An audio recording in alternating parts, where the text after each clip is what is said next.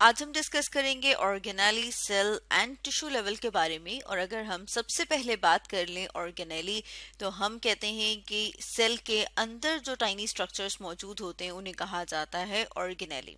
और अगर हम थोड़ा सा बैक आएं कि ऑर्गेनेली बनते किस तरह से हैं, तो हम सबसे पहले बात कर लेते हैं एटम्स की।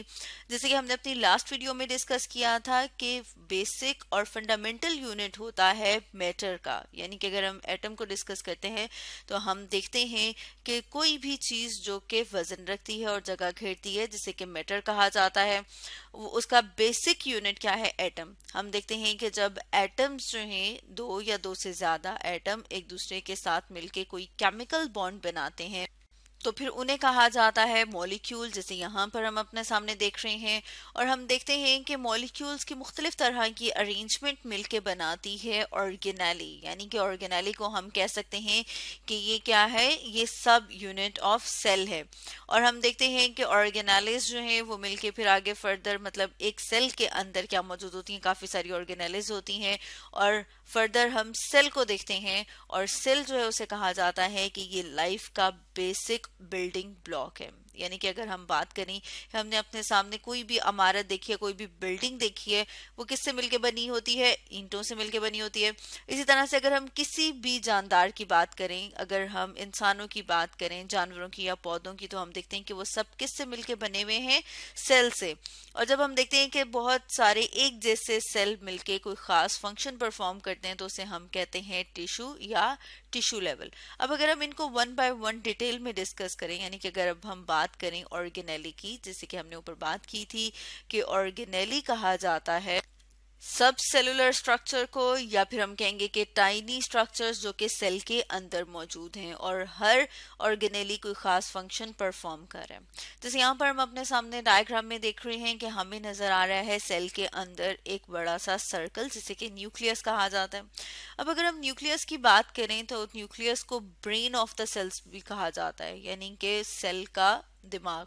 अब अगर हम इसको सेल का ब्रेन कह रहे हैं, तो हम इसको सेल का ब्रेन क्यों कहते हैं? क्योंकि हम देखते हैं कि इसके पास सारा का सारा वरासती मादा, यानी कि जेनेटिक मटेरियल, या फिर हम कहते हैं कि जो हेरिडिटी मटेरियल, जिसे कि डीएनए कहा जाता है, वो मौजूद होता है।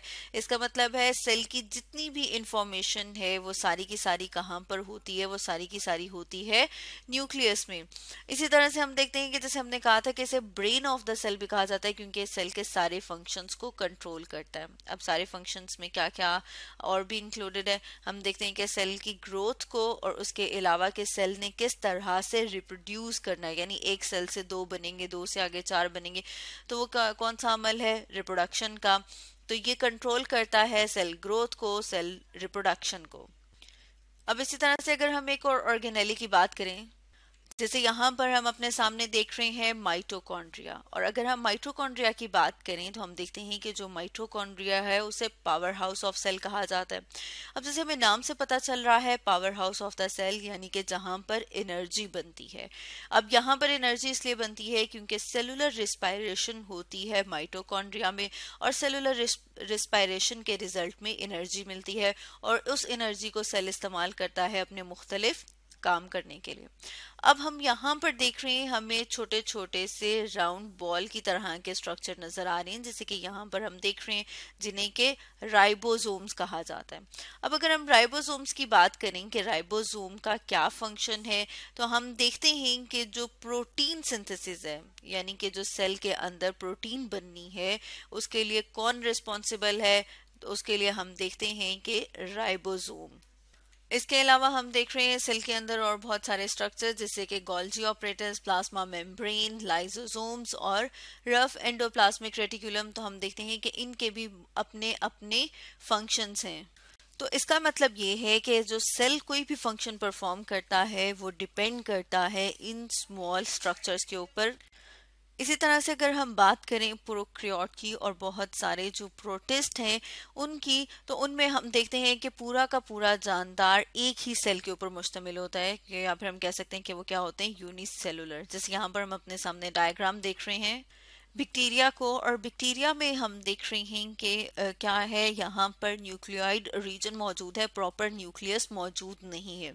ऐसे ऑर्गेनिजम्स या फिर हम कह रहे हैं कि ऐसे सेल्स जिनमें मेम्ब्रेन बॉन्डेड ऑर्गेनेलीज मौजूद नहीं होती उन्हें कहा जाता है प्रोकैरियोट। और यहाँ पर जैसे हम देख रहे हैं कि प्रोकैरियोट यूनिसेलुलर है। यूनिसेलुलर का मतलब ये है कि पूरा का पूरा ऑर्गेनिज्म सिर्फ और सिर्फ एक सेल के ऊपर मुश्तमिल है, यानी लाइफ एक्टिविटीज परफॉर्म करने के लिए सारे के सारे स्ट्रक्चर्स मौजूद होंगे इस सेल में। जैसे यहाँ पर हम अपने सामने डायग्राम में देख रहे हैं कि इसके पास मौजूद है क्रोमोसोम, यानी कि जैसे हमने बात की थी कि जो जेनेटिक मटेरियल, हेरिडिटी मटेरियल है जिसे कि कहा जाता है डीएनए। इसके अलावा हम देख रहे हैं कि इसमें मौजूद हैं ribosomes, plasma membrane, food granule और सारे के सारे वो तमाम स्ट्रक्चर जो कि इसकी लाइफ एक्टिविटीज परफॉर्म करने के लिए ज़रूरी हैं।